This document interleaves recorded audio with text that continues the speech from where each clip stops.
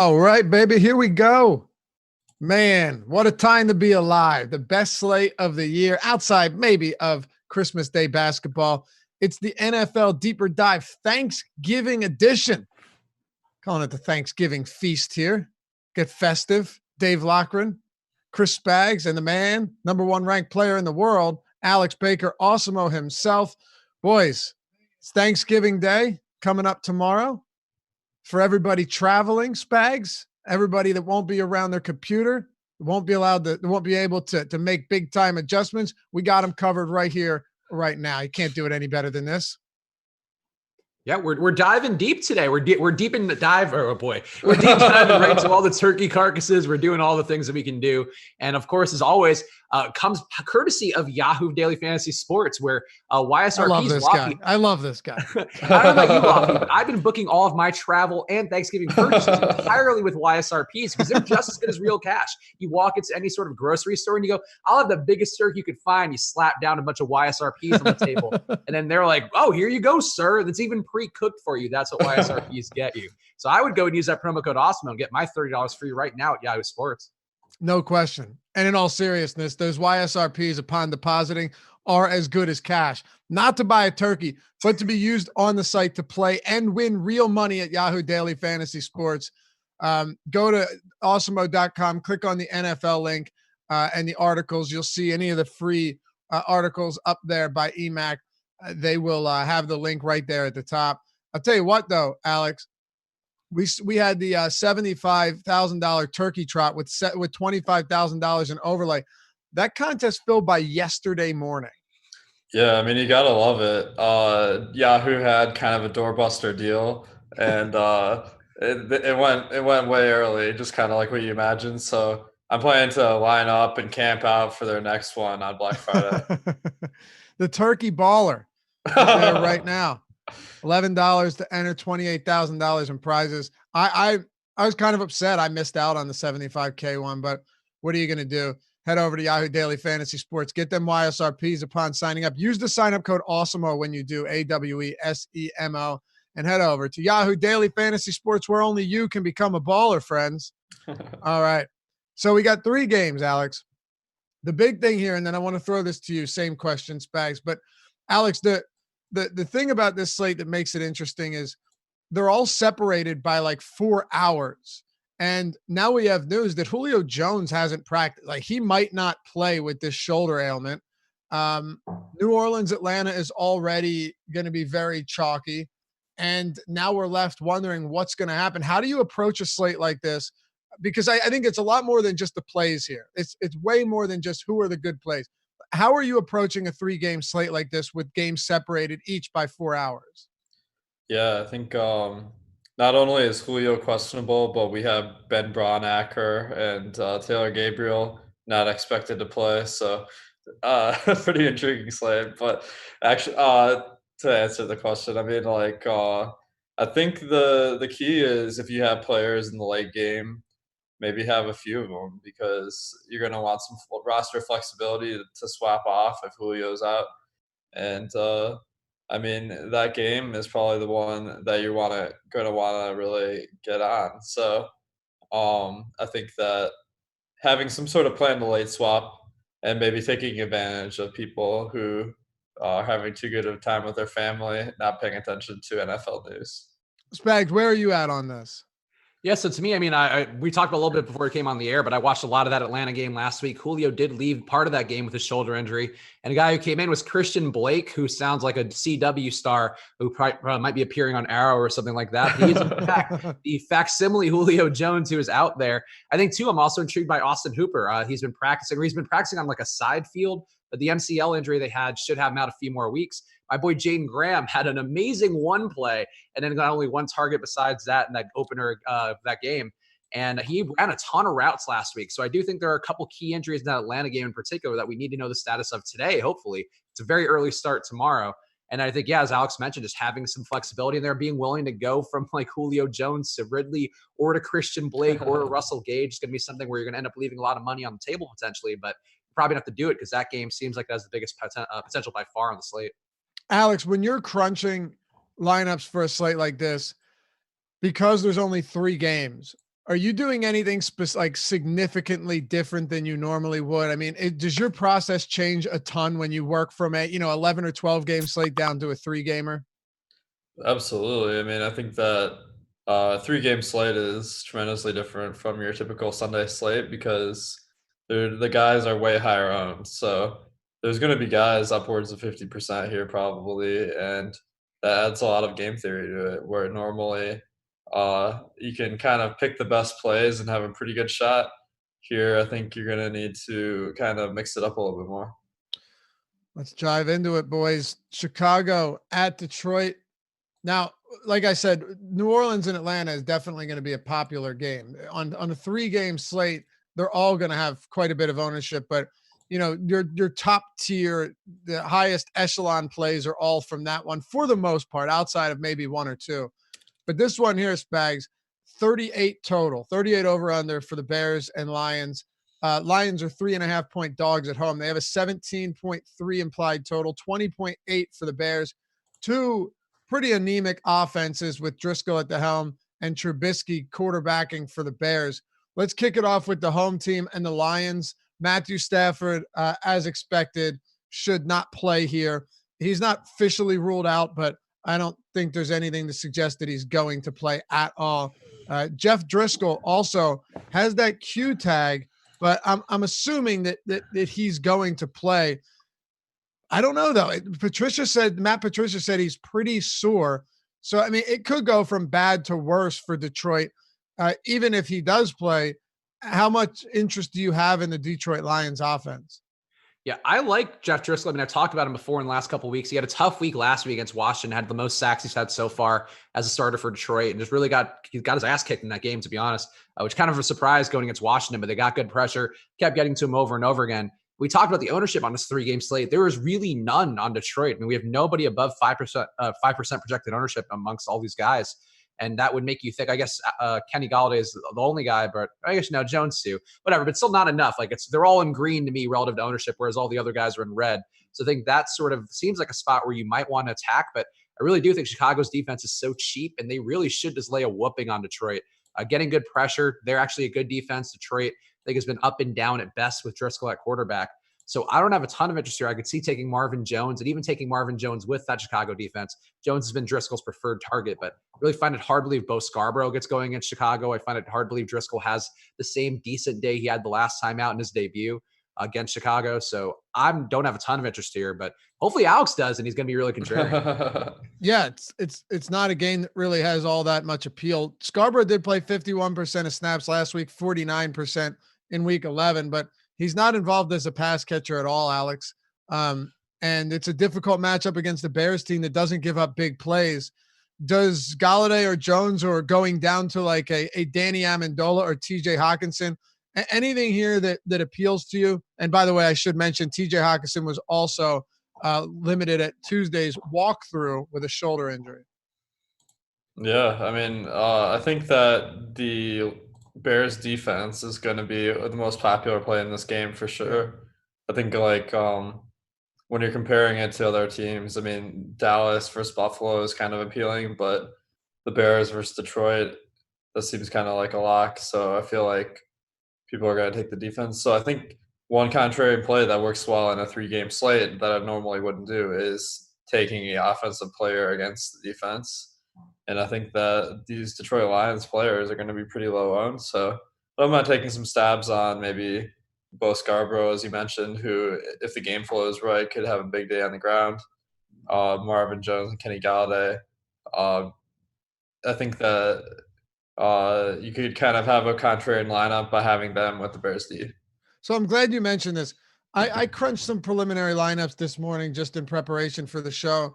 And I set it at max one player versus my defense. What would you set it at here on a 3-game slate? One or two, or like you said, you wouldn't probably have it at none, but would it be one? So my logic here is kind of that on a 3-game slate, there's a pretty good chance that no defense will score more than 10 points. So I'm pretty happy just taking any defense. So I'd probably set it to 2 or 3 kind of. Obviously, you don't prefer that, but it does make your lineup somewhat unique. Okay, so you would be willing to run more than one against your defense, just to be clear. Yeah, I think so, because what I'm hoping for in that scenario is that maybe there's a fluky play or something, and there's a pick six, or otherwise, I mean, skill position guys, they can get the bonuses for yardage and stuff. I probably wouldn't take Driscoll against the Bears defense, though. It's an interesting strategy, Spags. And I mean, it makes sense given that if we're not projecting these defenses for a ton of points, good things can happen. But I think Chicago obviously going to be a very popular DST on this slate. Yeah, I mean, they are really, I think, the best defense. I mean, you can make an argument for Buffalo too, but Buffalo going against a pretty high-powered offense at Dallas, and also they should get some good success on the ground there. Dallas should against Buffalo. Chicago really doesn't have any weaknesses. I mean, they give up a decent completion rate. They've given up some production here and there, but it seems like it's more just out of desperation than anything. So yeah, I think that approach makes a lot of sense, and just sad to hear Jeff Driscoll won't be in Alex's lineup against the Bears, but it just makes a lot of sense. Driscoll's really regressed. I mean, he's now over league average in interception rate up to 3.9%. Also sack rate up to 9.5%. So he's been giving it up a little bit. Still think he can find some production there, but that's the reason why you don't mind going to Marvin Jones or Hawkinson or even Bo Scarborough with that Bears defense and hope the Bears just beat him up or maybe even get a special teams touchdown. It's Thanksgiving. It seems like that happens. I had interest in Driscoll last week, and that didn't go well. You missed the boat, buddy.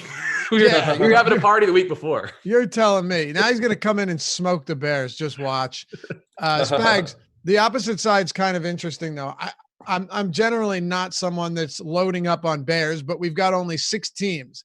And a couple of interesting points here. Alex alluded to one of them earlier. Taylor Gabriel, non-participant on Tuesday's practice with a concussion. I don't think this guy's going to play. And then you've got Broniker, who, it doesn't seem like much, of course. The guy has 7 targets and 17 yards over his last 2 games. He's also probably not going to play, also with a concussion. Adam Shaheen, non-participant. So they're basically, with Trey Burton out for the year, they're down to like J.P. Holtz at tight end. Not pretty, but I want to make sure we touch on everything on such a short slate of games. And, is it possible that Javon Wims ends up getting some additional work? Does Anthony Miller continue to get fed, knowing that Allen Robinson's probably going to see a whole lot of Darius Slay? This is actually one of, in my opinion, the most interesting spots to potentially get different on the slate. Yeah, there's also another tight end in the mix, Jesper Horsted, who the GM has talked about a little bit. That can't be a real person. I swear to God, he's a real pillaging Viking we're going to have on our Thanksgiving. But no, he's the dude who's in the mix too. Holtz is, I think, was a waiver claim from the Redskins, so he couldn't even make the Redskins roster with Vernon Davis out for the year, and also Jordan Reed out there. So I don't know how that bodes for him. Horsted's a guy they apparently are kind of high on. He was a wide receiver, was converted to a tight end. I think he played in the Ivy League. I would kind of skim through everything fast this morning. And he's a guy I think you would consider. I mean, at that minimum price, he's certainly in play. JP Holtz, I think, also in play, because I do think this is a pretty good Mitchell Trubisky spot. The Detroit defense giving up almost 280 passing yards a game. They really don't have anything to show for their ability according to PFF grades. I mean, they're weak in pass rush, they're weak in coverage, they're weak across the board. Even though people think like, oh, Darius Slay, such a great cornerback, like the entire secondary really isn't that good. So I don't have an issue with Trubisky this week and going to Cohen. Allen Robinson got back off the schneid last week. I think it's worth noting with Trubisky too. Last 2 weeks, he's passed over 40 times.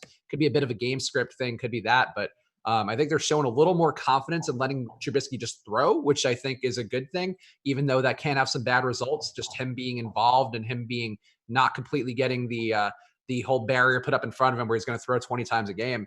Like going to Cohen, going to Robinson. I think I'll have a lot of Bears stacks this week in hopes to get different and then just take the best players from New Orleans and Atlanta.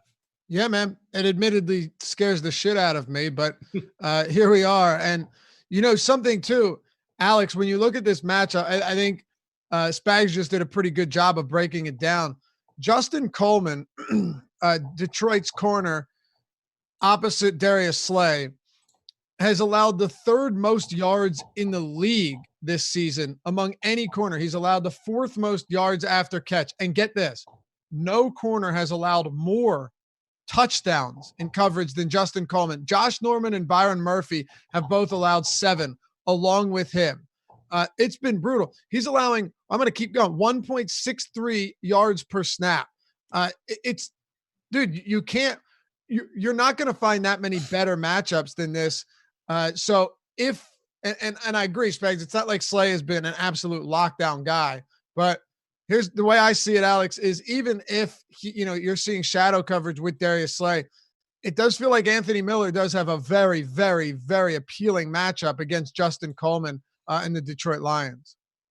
Yeah, I mean, I think the matchup versus the Lions is pretty good because let's see, they've been significantly below average versus the pass this year overall, and if he's not against Darius Slay, I mean, that's even better. So I like the call. I think Taylor Gabriel being out or doubtful at this point, that's really significant for Miller because that makes his snap count much more secure as the wide receiver too.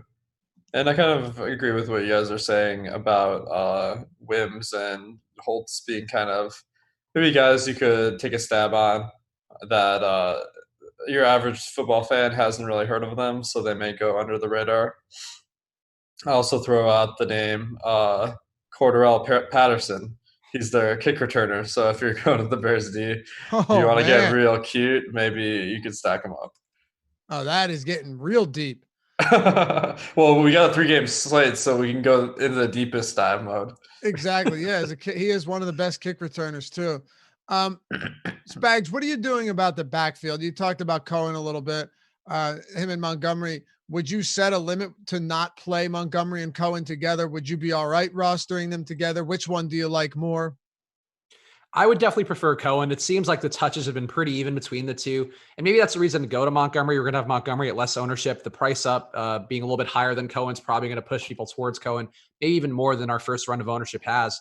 So I think that would be the reason to go to Montgomery. It's just that he's more expensive and people will be there less. And he does get those handoffs, and Detroit does give up a decent amount of rushing touchdowns, decent amount of rushing production as well, in addition to the passing production. But I like Cohen's involvement. We are playing a game, if you're playing DraftKings, you're getting that full point PPR.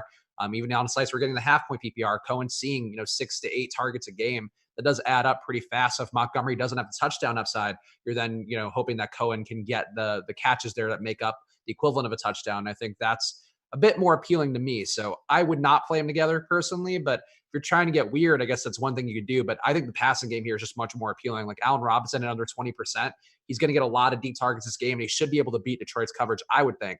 So, to me, I think it's a Cohen Robinson stack and maybe some Anthony Miller mixed in. Yeah. Same question to you, Alex. The backfield here, Cohen and Montgomery, to some extent, I don't want to say they totally cannibalize each other's production, but, when the David Montgomery just isn't very heavily involved in the passing game, what do you think about the backfield?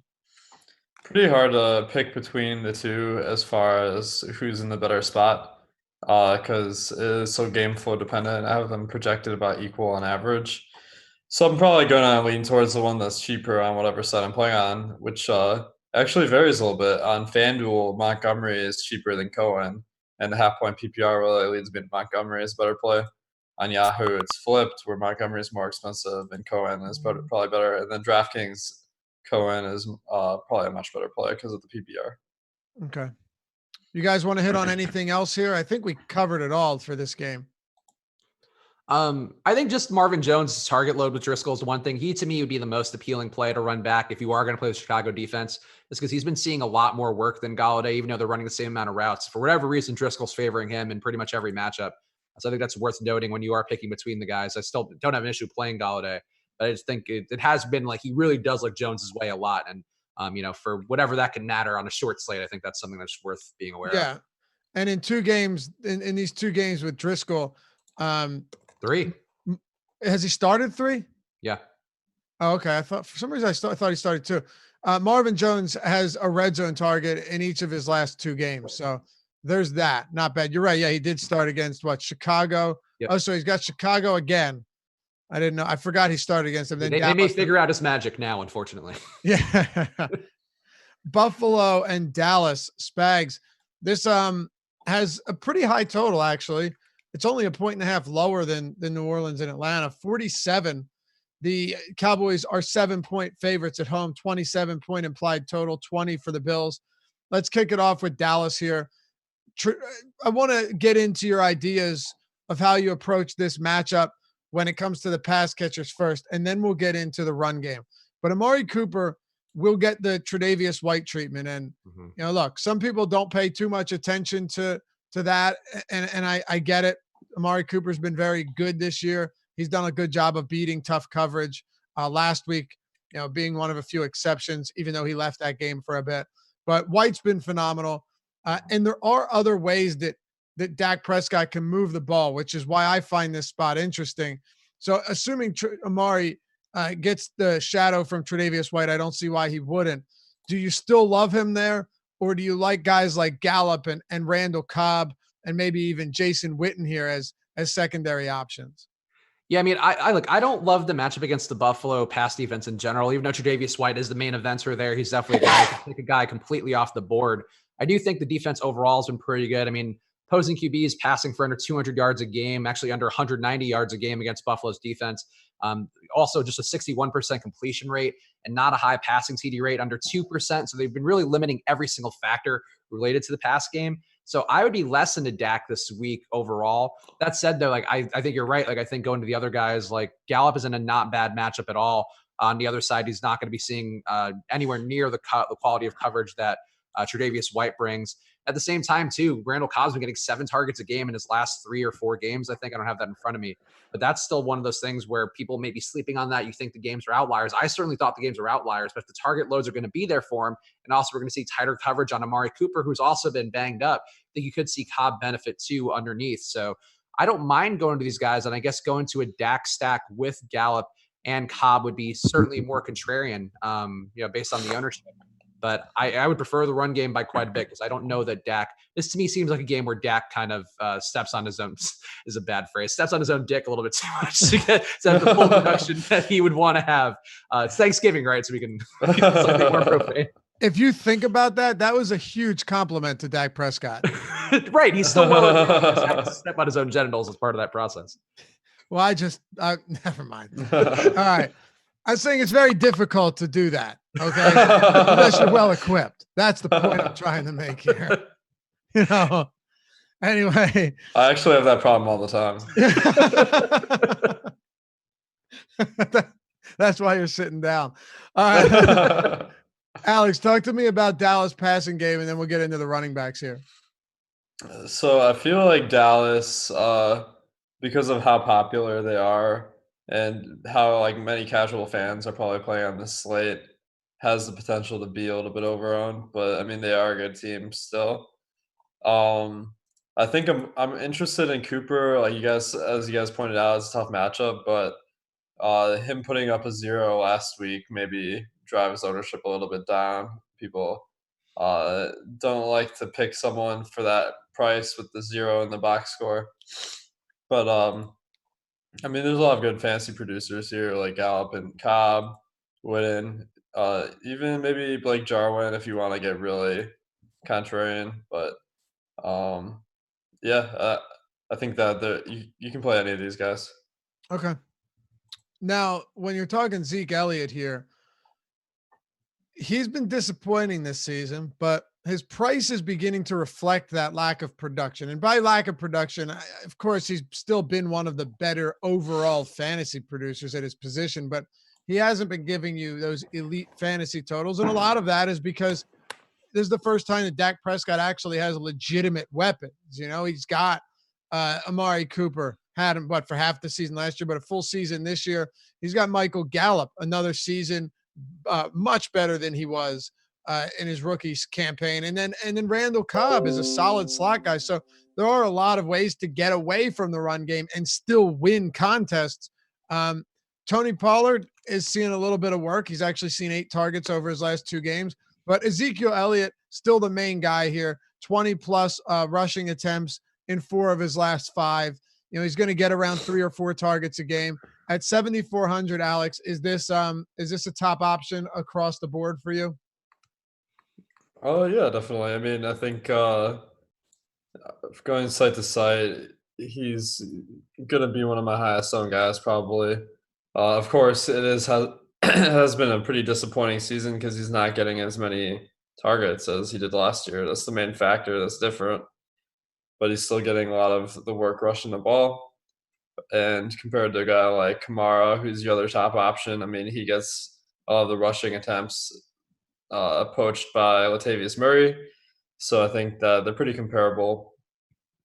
I think that value might be a little bit hard to come by on this slate, but Ezekiel Elliott is definitely a guy that you can just plug and play. All right, talk to me about this backfield, Spags. That one of the biggest parts of this slate. Like everything's a big part of this slate, but the whole Ezekiel Elliott, Alvin Kamara thing. Maybe you can play both, but talk to me about Zeke against the Bills defense that has actually been exploited on the ground a number of times over the past month. Yeah, it's interesting. I was actually listening to some podcasts, which I forget. I think it might have been one of the Ringers NFL ones, but it was one of the higher level NFL podcasts talking about how the Bills seem to be allowing the run because that's just their defensive approach. Like some teams, like the Colts, like to keep passes in front of them. That's sort of the equivalency that Buffalo's doing, where they're really selling out to defend the pass, but going to really try to, but willing to let the run just go, basically. So I think to me, that's where you want to see Zeke is that he can keep getting he's got 4.3 yards per rush on the air. You can get that 20 times a game and get into the end zone. They're not the best red zone defense in the world, giving up a 4% rushing TD rate. So I don't really mind going to Zeke at pretty high volume here. I personally might prefer him to Kamara because I do think that Atlanta defense against the run has been pretty solid. We saw that they kind of oppressed Kamara enough last week. And Zeke, I think a riskier play, but he is cheaper. And I think that's sort of where the appeal is to me. So I like it quite a bit. I really don't see a ton of interest for Pollard. I think people kind of work up the hysteria in their mind of fear that like he's always cutting into Zeke's touches. He's not really. He's doing different things. He's been explosive with every touch that he gets, kind of like a bizarro world Frank Gore, Devin Singletary thing. But Zeke's getting the workload at a really high volume. So I mean, that's what we want on the slate. I don't think Dallas should try to pass here at all. Honestly, maybe they will, but I think it's really going to be a run game focused one because that's what Buffalo will give you, and that's what they should just take. Yeah, no, you're right. 7-point home favorites too.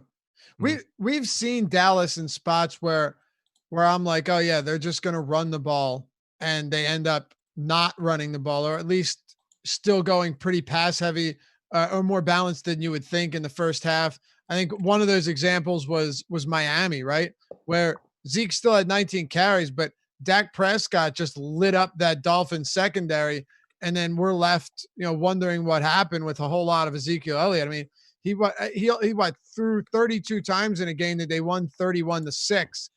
And I'm obviously not saying we see that happen again, but they do it. I would assume that they still throw a little bit early on because that's what we've seen him do all season. But I really like Ezekiel Elliott here. I don't know how you get away from a 27-point total. He's not over. I mean, $7,400 on DraftKings is, I don't know, Spags. That it'd be different if we were talking about $8,500 Zeke, but he's $30 on Yahoo. Alvin Kamara is 29 though. But just to put it in perspective, Michael Thomas is 38. Dak Prescott's 35. 74 on DraftKings. These price points just kind of make Ezekiel Elliott by default a top option. Yeah, I think that's pretty much it to me. And I think, if they do pass the ball more, I think that's only going to open up more red zone opportunities for Zeke. Right. I think that's sort of how I'm viewing it, where I think they get it downfield, the gallop, or you see, Cobb kind of carve his way to like one of those drives where he has 3 catches for 40 yards and the ball's then in position then for Zeke to do the work. And I think the Buffalo defense, I think, stiffens up pretty well in that red zone against the pass. And I think they're very beatable with the run. So that to me is why Zeke really has the most appeal. And again, the savings between him and Kamara, like I imagine a lot of lineups with both, but I think if I had to choose one, I'd probably personally choose Zeke. And, it's a scary thing to say given the production, the issues we've said with him being down a bit this year, but the matchup just seems like it fits him way too well. Alex, on the Buffalo side, you've been chasing some Isaiah McKenzie blow up games for a while now. Is this finally going to be the week? Well, it's going to be another week where I chase, and I'm going to be chasing even harder this week because, I think I'm going to join you. Really? So you're kind of liking him this week? I mean, he's playing like almost 80% of the snaps, and they don't have a whole lot of weapons. It's a 3-gamer. It's not the craziest idea, right? Yeah, so I think if you look at the just overall fantasy points per game, he's going to really look bad because at the start of the year, Duke Williams was playing as the wide receiver 3. I think he got cut or something. He hasn't played in the last few games. So I think that Isaiah McKenzie is taking over the role. he's been really effective with the targets he's gotten. Over 70% catch rate, 10 yards per catch, and he's targeted a lot. I mean, 18% of the time he's out there.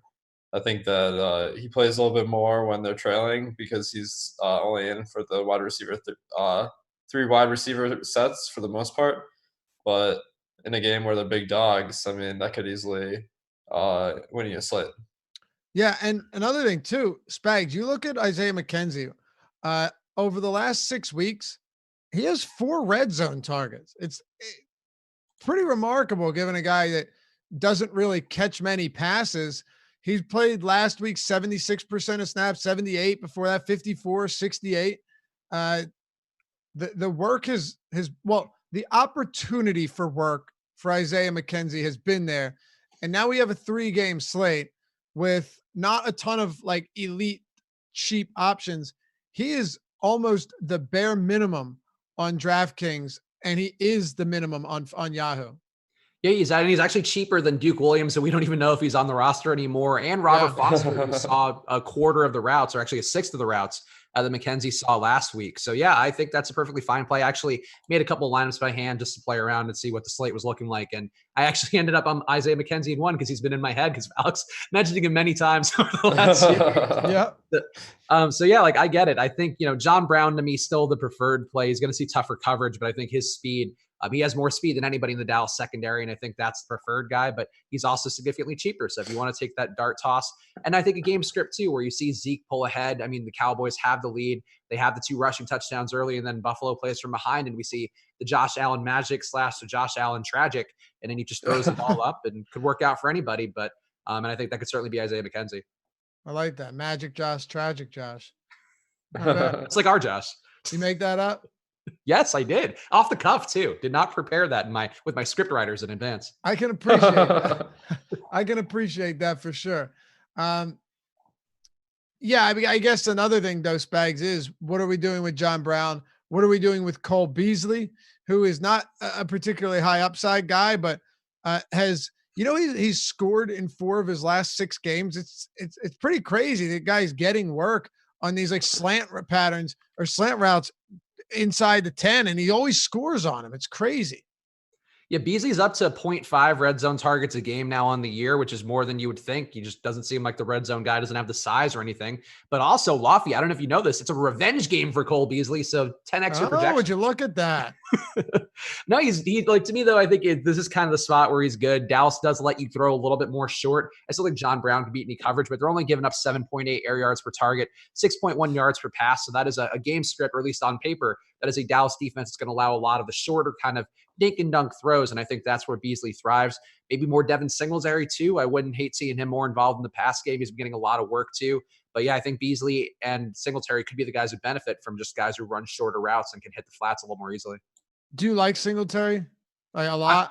I'm intrigued by him. I don't know that I could say but I mean, he's getting the work now. He's getting the workload that we wanted to see him get all year, and he hasn't broken out yet. So to me, that is kind of the appeal, where he's a guy getting 20 touches a game. If he has this big, can't you imagine Devin Singletary getting the big turkey leg at the end and being up there up at the podium, and they're like, "Oh, like you're our turkey trotter for the week," and he's like, "Ah, man, I'm envisioning it for Devin Singletary, and I think it could certainly come against Dallas. Dallas does play down to competition a lot. I think that could be the situation here, where if they don't pull ahead and Josh Allen has to pull his tragic magic situation there, you can definitely see Devin Singletary pull the load and maybe have the big day here. Is he from Texas too? I would like him even more if you're from Texas. Pretty sure he's Australian. Devin Singletary, is he really? No, he's a big didgeridoo guy. Yeah. Among this, let's see, he's from Florida. Yeah, Deerfield Florida. Beach. That's like Dallas. That sounds like a Dallas name. Yeah, close enough. Hop, skip, and a jump away. If you were to take all 6 quarterbacks on this slate, 6 quarterbacks, where would you put Josh Allen for tournaments? Are you asking me or Alex? Yeah, you and then Alex. Okay. Where would I put Josh Allen? I'd put him third. I think Mitch appealing to me price wise, and I'm a little bit going to be off Dak, I think, but Drew Brees to me still would be my top preferred option, just because I think this is the spot. I think they're going to get some revenge from that situation a couple weeks ago. So I think I'd go Brees, Trubisky, and then Allen third. What about you? what, just to gauge your interest in Josh Allen, where do you stand on him, Alex? I mean, my heart's saying number 6 out of 6 because Spags, man, he just picks him every single week on our show. On the contrary, but from talent or fantasy scoring perspective, probably number 4. I think the matchup's pretty tough, but he has a lot on the ground. So the one thing that is tough to do with him sometimes is stack him up because John Brown and Cole Beasley aren't quite as good as some of the weapons these other guys have. All right. Do you want to hit on anything else for Buffalo, Alex? Running backs and non-Isaiah McKenzie receivers, and maybe Dawson Knox? Yeah, I'll mention that Frank Gore, a lot of press about him, but his workload has been going way down over the season, so I'm not going to be picking him much. Dawson Knox, I mean, he's a fine play. Not a very high volume tight end, but I think that there aren't very many tight ends you can go to outside of JP Holtz, so it's a tough one. All right. So let's talk about Atlanta and New Orleans. Last one here, 3 of 3. Highest total on the game, Alex, but it's not particularly it's not really an astoundingly high total. You know, early in the year you saw Atlanta, New Orleans. You think this game's going to have a 56 total, but it hasn't been the case. The Falcons defense has been pretty anemic this season. They're 7-point dogs at home. Of course, I'm not ignoring the fact that they came up and beat the piss out of New Orleans last time out, but I'm not putting much stock in that at all. I think New Orleans wins this game pretty handily. A 7-point road favorites, 27.8 implied total, 20.75 for the Falcons. What are you thinking I want to start with the Atlanta side, Alex.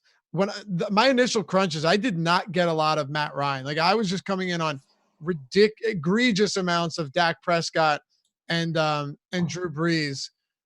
I'm going to get pass catchers and offense in this game from the Atlanta side, but not a lot of Matt Ryan right now. And I feel like if Julio Jones is out, I'd probably get even less. What about you?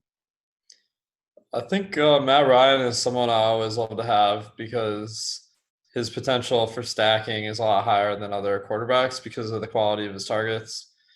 Now this is going to depend a little bit on Julio being in for this game, but I do release my top stack percentages. So I haven't published it yet for Thanksgiving, but I imagine what I might see is that Matt Ryan stands out as being better than the projection indicates. And that's because there's really 2 targets, Ridley and Julio. Together, I have them projected for 170 of 290 yards. So that's just a really high chance that if Matt Ryan has a good game, one of those 2 guys just like knocks it out of the park. And that really helps you win a GPP to have that 2-for-1. Okay. So if we're looking at Julio Jones side, no, you know what? Let's for a moment, Spags, assume that Julio Jones plays. Well, no, let me ask you, do you think he does play? I mean, so I think we talked about this off the air before we started, but I think I would lean towards him maybe not playing because he did leave that game. He tried to come back in with the shoulder, then came back out once they were getting blown out last week. And he wasn't even at practice getting treatment the other day, which seems odd. I guess, I don't know. It's Julio though, so I guess you would err on the side of him playing. But I would prefer the option he doesn't play, to be honest, because I do think there's going to be some edge there if he doesn't play, not just the late swap part of it, but the fact that Christian Blake is a guy who I really think is intriguing. He's only running a few routes, but he's been targeted on 25% of the routes he's run. He does fill that outside receiver role when Julio is out, and Calvin Ridley would see then tougher coverage with Marshawn Lattimore outside. So to me, that does kind of make Julio being out a more appealing option because people probably won't be going to a guy like Christian Blake. As Alex mentioned, a lot of casual players, people won't be digging that deep. So I'd be very intrigued by that concept. If Julio's in, I think it makes it more appealing for Ridley, if than anything, because Julio's going to divert that attention. He'll probably draw a lot of focus from the defense, draw Lattimore. And I think that's sort of where it opens up more for Ridley. But I think there's a really big trickle-down effect here, whether Julio's in or whether he's out. No question about it. We saw it with James Bradbury 2 weeks ago, right? A significant impact on Calvin Ridley. Significant. He caught 8 of 8 passes, went for like $160 or something with a score. and a buck 43 and a touchdown. Last week he had 14 targets, which is pretty wild. Lattimore was out, or I'm sorry, there was no good actual coverage in this game, having Tampa Bay just being a bad team. Do you remember? I want to look this up, Spags, just to see how many snaps Julio actually ended up playing in this one. You mentioned that he had left for a moment. I remember him leaving. So he only played 56% of snaps. Normally he's played 80 plus in back-to-back games prior to that. So, I mean, you know what would be interesting to see? How many of those 14 targets for Ridley came with Julio off the field? I don't know. From watching it, I feel like a lot of them came with him on, but he was kind of coming in and out quite a bit, so it's hard to say. But looking at it now, yeah, Blake ran 30 routes to Julio's 32, and Yeah. a lot of those were blowout routes in the fourth quarter. So but he was mixing in throughout too. So I didn't realize it during the game. I just noticed when they mentioned the shoulder thing, and I was like, oh, he's on the sidelines. That's not good. But yeah, I don't know. It's interesting because it's two different teams here. I think if Julio's out, I think it really does make a lot of these guys really appealing here, where Gage is priced reasonably well. Blake is going to be super cheap. Jaden Graham, a guy who I'm really intrigued by because he still ran 51 routes last week. That's a crazy number. 42 routes, my bad. Gage ran Still 51. Yeah, a lot of routes. And he was running in the slot. He was running outside. Like, that's a guy that they could use like Hooper if they choose to. And I think they would be more inclined to have to if Julio isn't in. And there were 87 offensive snaps for the Falcons last week. Yeah, I didn't even. I just see I'm looking at the route totals and oh, Ridley ran 57 routes. It's a lot of routes. Crazy. A lot of incompletions though, so it makes sense. Alex, it throws a wrench into the entire slate. Hopefully, I think we should at least get some news on Julio to give us an idea of which direction he's trending, but I doubt we're going to see him ruled out or active by 12:30 p.m. Eastern time lock. Yeah, you never know. I mean, Schefter always has some inside info or whatever. Unfortunately, hard to predict. I think that it should be nice if he is a questionable at lock, because that adds a new strategic wrinkle to the situation where maybe people are going to overrun Ridley because they don't want to put in a guy that might not play. So I kind of like it for GPPs. I think I'll be having a lot of these lineups and then just kind of late swapping while my parents aren't looking. But another guy from this game that's pretty appealing is Devonta Freeman. He's coming back off the back from injury, and Brian Hill has been so disappointing. I think that he should be. I think Freeman should get a full workload here, and he makes a nice play. As a kid, you used to get that action going under the dinner table with your girlfriend. Now I'm changing lineups on the DK app. Dude, Lofty, man. What are you talking about, man? I remember we sit at the kids' table and do some casual finger banging. What is Well, the show's going off the rails.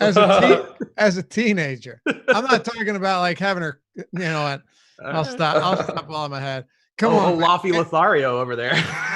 Could put some Spanish fly in the turkey for his girl. Anyone that knew anything about anything as a teenager in high school, you did stuff. But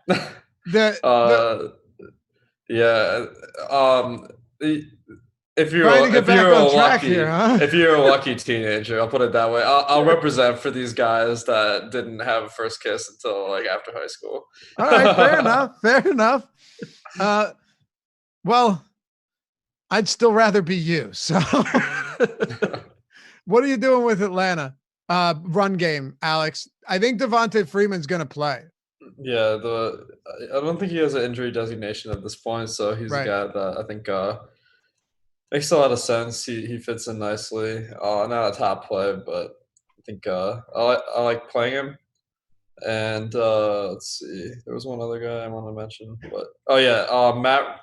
I saw a bunch of people at King of the Beach sulking after Matt Ryan had that horrible game. So I'm hoping that people are a little bit embittered by that. His 46 attempts for 9 fantasy points. That's crazy. Yeah, maybe they will be hesitant to click that button again. Yeah, it's not even that I'm hesitant. I just didn't find myself. It's still early, still going to make changes, but I still didn't find myself getting a lot of him. Uh, I still think, any Matt Ryan you end up with is perfectly fine. Spags, New Orleans side of the ball. And by the way, Marshall Lattimore practiced in a limited capacity. I think he probably plays, but there's not a lot of time for turnaround talking about Sunday's game to now. So maybe he doesn't. And just as much as Julio affects this game, so does Lattimore, Spags. Yeah, I mean, that certainly would open things up a bit more, though I guess we have seen them play fairly well in the games without Lattimore. So maybe we give him a little too much credit. It could be more a scheme. Well, we saw DJ Moore absolutely shit on them last week. Yeah. I mean, that certainly would be something you wouldn't expect with Lattimore at full health in there. I don't know. So, I mean, honestly, I'm a little more concerned about the New Orleans defense. Not only the fact that they just had a pretty public embarrassment in that game a couple weeks ago, for sure. Also they are bringing a 27% pressure rate, and Tampa Bay so they blitz a lot, but they get pretty poor pressure. But because they're blitzing so much, they got to Ryan over and over and over again. I think he had 6 sacks in that game, was pressured even more, had a lot of hurries. I think that's the thing that would worry me a lot about loading up on Atlanta. He could still get there. Matt Ryan's done it time and again. He's still throwing 40 times a game. But I think New Orleans, if they're coming out really dedicating to getting pressure in a way that they're capable of, and this Falcons line, maybe people didn't realize the weakness was there as much, but if Tampa Bay can get that much pressure against you, I think New Orleans can really do it on a short week, coming off of a game, division rivalry game where they were just kind of embarrassed. I think that's the spot where I would be interested in the Saints defense a little bit here. I think they can have some upside. And if they generate that pressure and we see bad Matt Ryan day, like this could be the game where Matt Ryan gets shut down for the year, where the Falcons are just like, all right, we don't know what we're doing now. We're getting this guy killed. All right. I could be, dude, you could be very right here. I could see this game being an absolute blowout in favor of New Orleans. Yeah, I think there's a very realistic possibility. I think the game 2 weeks ago makes it a little more likely. Obviously, the Vegas total isn't all the way there, but a 7-point favorite on the road, I don't know. Like, I think Atlanta, that was their last stand these last 2 weeks. And now they're back to usual. They didn't get good pressure on Jameis. They didn't really get the results rather they wanted in that game. I don't know. Atlanta's been really hard to make heads or tails of on the year, but New Orleans defense has been good and they've been better throughout the year. I think if they come out with a little more motivation, I think they really could. Tampa Bay should not have been able to do that to Atlanta last week. Like, that's just the main thing to me. It is. And Spags, while we're talking, I want to get to New Orleans here, get your opinions and Alex's opinions on this. But I don't know if you heard the promo code Deeper Dive, all one word, will get you half off your first month of Awesemo Plus subscription. Well, here's the thing. A lot of the people are out there on the streets like to go and get the pulse of the people out there. And they've been talking a lot about this deal. Specifically, there was one guy who was usually a doomsday clock guy who was holding up a sign saying, go to awesemo.com/join and choose a package that'll work for you, because there's so many options on there, including packages as low as $3.95 a week. And that, any guy holding up a doomsday clock sign really cares about data. And if you care about data like that guy does, get the boom bust tool, get all the top stacks tools, get all these things out there, the showdown slate tools. There's going to be 3 showdown slates. That's insane. That's so much showing down that you could be doing on Thursday and ignoring your family with. So I would go to awesemo.com/join, use that promo code Deeper Dive right now too. If it were me, that's just me, just speaking unbiased. Oh yeah, I've already done it. Yeah. Oh, did you? That's crazy. Yeah, I've already done it. I got in on that quick. Alex, thanks for that, Spags. I thoroughly enjoy that. The handoff there. Alex, New Orleans offense is concentrated between, mostly Kamara and Thomas. Latavius Murray is definitely getting plenty of work on the ground, though, in games. Maybe not a ton, but he's got 17 rushing attempts over his last 2. You compare that to 24 for Kamara, and he's not that far behind. Kamara playing, the bulk of the snaps and is, your exclusive pass catching back. But Murray's involved. I think he's a little bit expensive, but I do worry to some extent about Kamara. And then Michael Thomas on pace to shatter like every single record. He's insanely good. He catches almost everything thrown at him. He's got 100+ yards in 5 straight games.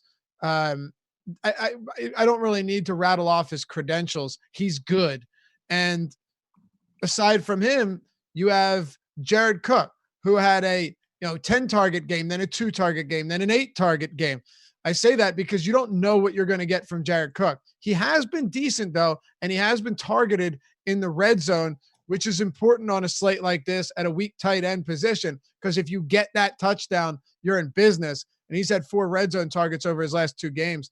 And then you've got guys like Ted Ginn and Traquan Smith. What are you doing with the offense here? Where do we well, let's start with Kamara and Michael Thomas.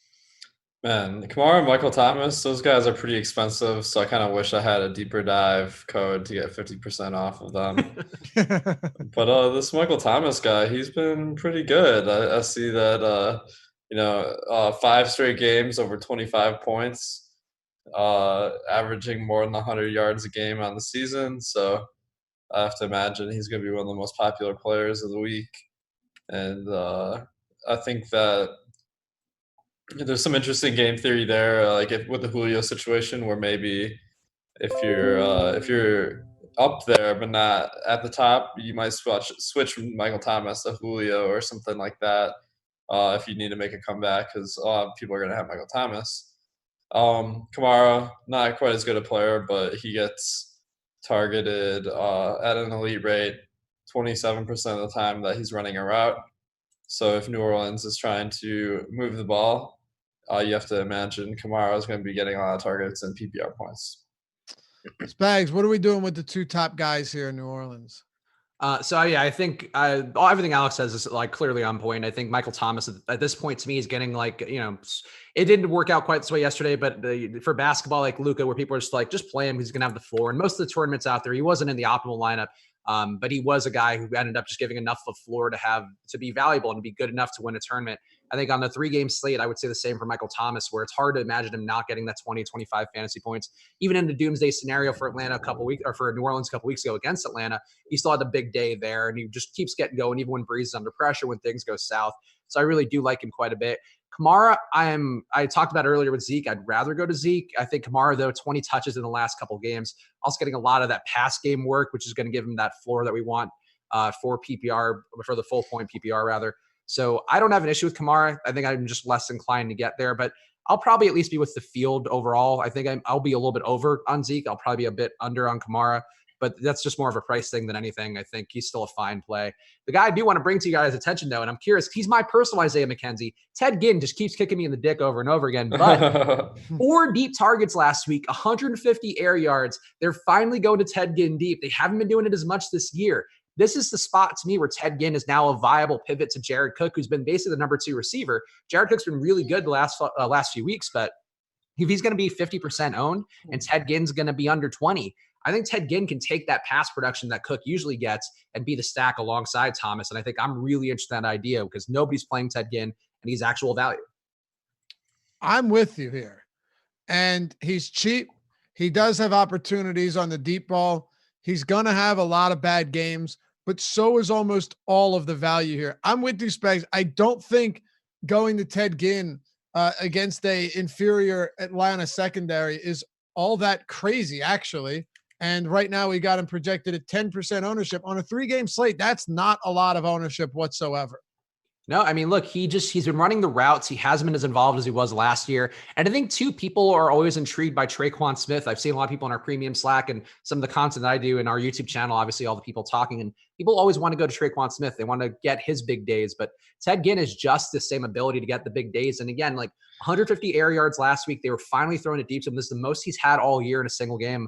I believe I didn't double check that. My gut tells me that's the case, but I don't know. I just think Ted Ginn's been due for it. And I think people will be on Jared Cook. Jared Cook's a fine play, one of the better tight end plays on the slate, but I'll definitely have some Ted Ginn lineups where it's Breeze with Thomas and Ginn and I fade Cook and hope that Cook chalk dies. And Ginn has finally the, at least an 18 fantasy point day that he's, had pretty regularly last year.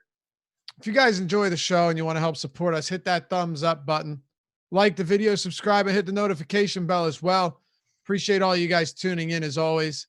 Let's do this to close it out.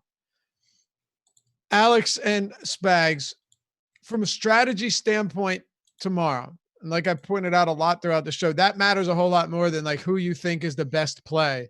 From a strategy standpoint, what right now, Alex, do you think you're going to do differently than the field to give yourself an advantage? I think the most important strategy for this kind of slate is you don't want to get too cute. because there's so many people out there that think that winning a GPP is all about picking some guy that no one's heard of. That usually doesn't work out very well, and those guys tend to go overowned. So if you're a guy that that's thinking about picking David Bluff in case that in case Jeff Driscoll gets benched, I would advise against it. I think there are enough combinations of good players that you don't have to mix it up and really take some guy that has such a small chance to succeed. How about you, Spags? I can't wait to get too cute with all. No, like I think the thing is you're playing a lot of the chalk straight away with one or two deviations for the most part. But then to me, part of the fun that I have in these is like using these information, these things, the data that we have, the site, all the research we do throughout the week. And like I'm ready for my Ted Ginn, Christian Blake lineups just to have that ready and locked and ready to load. And then I can get my Elliott, I can get my Singletary, I can get my Kamara in there. I think just really, approaching a lot of the lineups with the, what like Alex mentioned, approach it smart, take the guys who are going to get the guaranteed workload. But it's a 3-game slate. It's Thanksgiving. I feel like these things tend to get even weirder on Thanksgiving sometimes. I'm willing to mix in some weird guys as long as they're guys who I know have an opportunity or a way for them to get opportunity. And I think those are the ways I'm willing to get different, is going to the Ted Ginns, going to the Christian Blakes if Julio's out. Like I think that's the little bit of edge you could find on a 3-gamer like this. Yeah, and I'll just add, if Anthony Miller stays down here with the same ownership as guys like Ted Ginn and Russell Gage, then I'm definitely going to have a lot of interest in him. I don't know if he will, but to me, that's crazy low ownership on Anthony Miller, knowing that he's coming off 2 games where he's heavily targeted, but more so being without Taylor Gabriel here in a game where will they absolutely need to throw? Probably not. But their run game has been so stagnant, just terrible, that they'll probably need to throw in order to move the football at all. So that'll do it for us. Hope you guys all have a great Thanksgiving. It's been a fun show. It's been a fun season so far, too. We'll be back, myself and Adam shared today, for the deeper dive for NBA. 14 games. 14 games. Adam and I will take you up till 6 p.m. And Spags, you're off of it today. So we got Eddie and Josh. I guess you're done for the rest of the day? Yeah, well, I have to do the 4 corners now and that. And I also have to write the slant and go for the main slate. So that'll be my projects for the day. But check out the 4 corners because those are always fun, for a good way to shorten everything down for a 14-gamer. But yeah, then I'll be drinking White Claws and watching you guys. All right, Alex, are you doing anything tomorrow morning for the Thanksgiving slate, or are we calling it a day here? We have a live before lock with Josh and Nolan. I'm not going to be on it, but I'll be watching with everybody else. Beautiful. Have a great holiday, everyone. We'll see you back here next time on the NFL Strategy Show.